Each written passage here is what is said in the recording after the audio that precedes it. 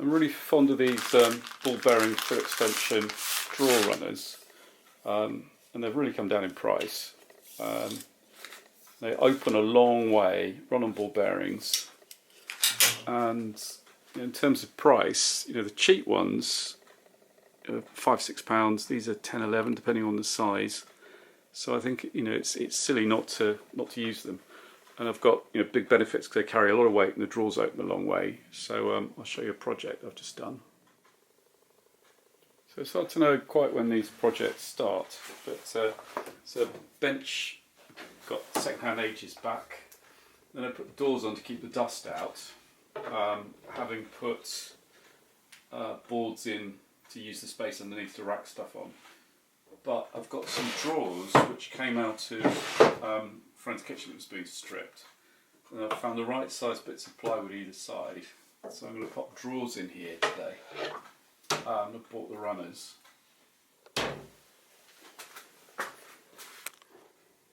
So these drawers were nicely made. The fronts I might use something else, might make a toolbox. These roller runners, they don't come out very far on those, so I'm upgrading those. And for Tom, psychologically, if I can fill a box with scrap metal, it feels like a win, while throwing one piece out seems like a waste. Strange, but getting rid of quantity, it provides motivation to get rid of individual little bits and bobs. I think the way the psychology works is, I think if I can get rid of that crate worth of little bits, then I've got space for a few more boxes of tools and things I really want. Obviously everything has to be slid around, but in terms of it being a zero-sum game, stuff goes out to make stuff to come in. Maybe that's what's going on in my head.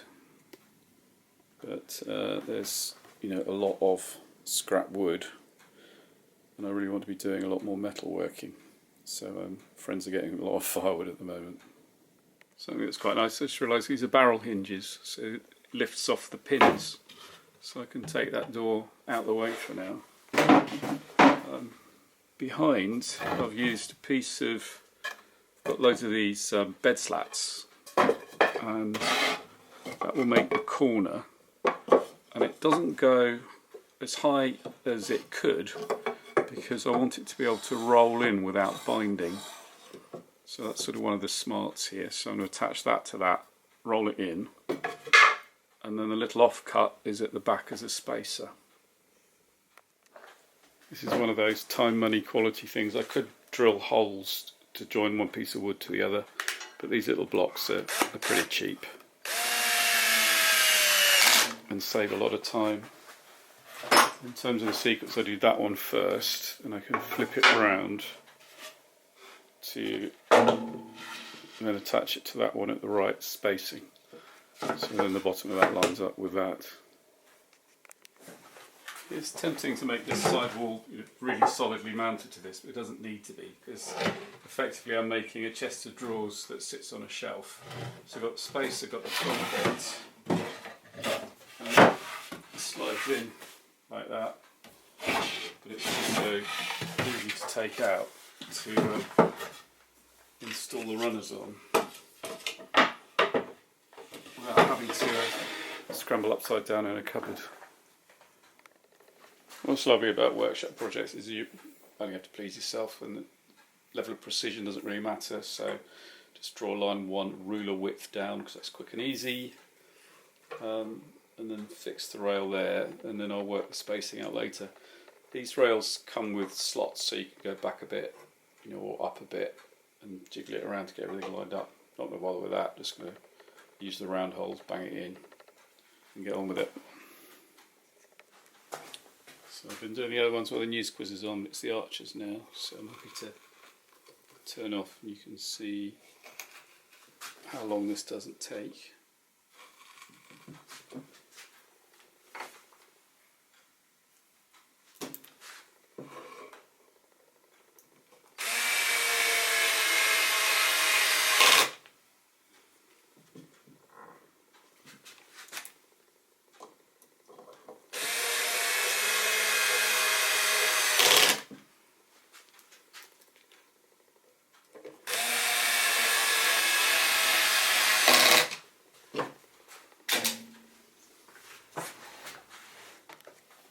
Time for a design decision.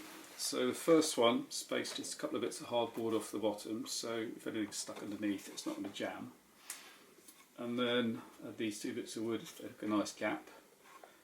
I can still get my fingers in to pull that open, and my fingers in there to pull it open. So let's have that deeper one and then the two above. I've no idea where that comes out in millimetres, but I can then just mark the middle of the rails here, transfer that to the middle of the rails there, and then the in and out bit's going to be tricky because that's set slightly back from that, but hopefully not insurmountable. But that's kind of how design works, just stack it all up, see if I like it. With the bits of wood I've got, this one sticks out in front of the rail, so I can just mark where the front goes.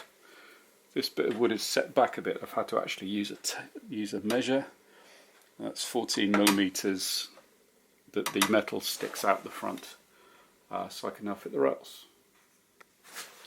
I like to avoid actual measuring as much as possible, but this one was unavoidable, so I marked the midpoint, which can be approximate, measured up, transfer it to the back, and I've got lines where the screws will go for the rails. But I can just lean this side onto that side and then transfer those marks across, so I know they're the same, without having to remember, you know, one's 231 millimeters and the other is whatever. So just marking one thing from another is a good way to be productive and make less mistakes. I'm doing this side first because it's the easy one, and I've marked the offset at the bottom. And that turns out to be with the back end flush. So the next one, do the back hole, drive the screw, and then it swivels around that, and then I can get it in just the right place. Start the hole, do the front one.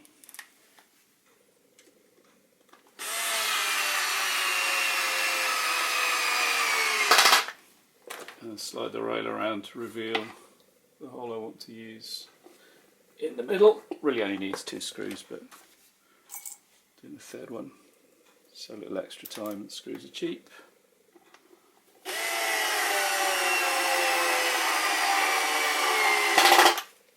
And that's how easy it is to fit a rail. Now there's a choice of holes for these, so you can get it wrong. And there are these slots, so you could have it where you can adjust it backwards and forwards to set the close, but it's just workshop, so I'm not being exceptionally fussy.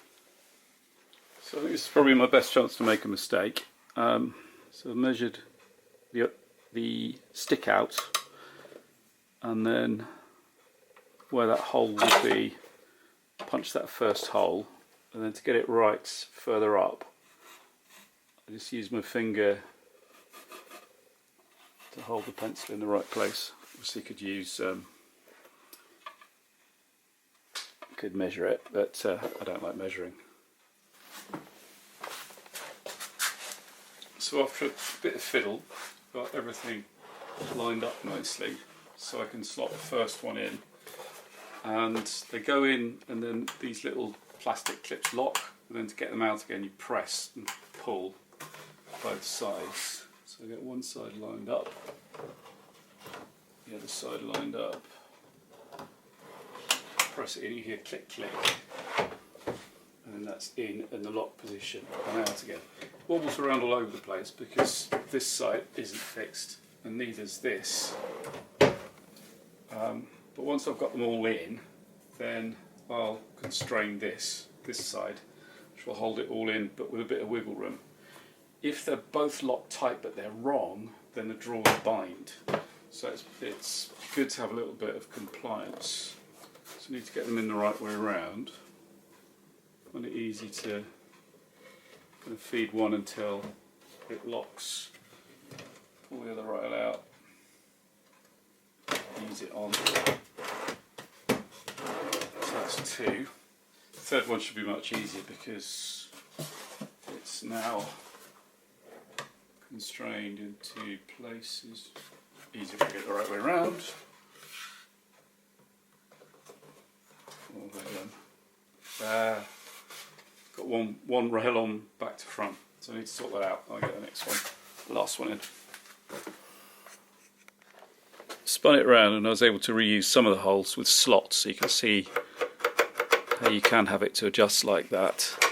And I'll mark the middle one, I'm just putting the screw in, as is the way the battery gone flat on the screwdriver, and then the spare battery wasn't charged, so I'm back to using a hand screwdriver.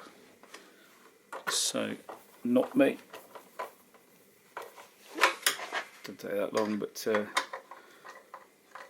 used to power screwdriver. So another go at getting the top one in. The open end, closed end, open end, closed end.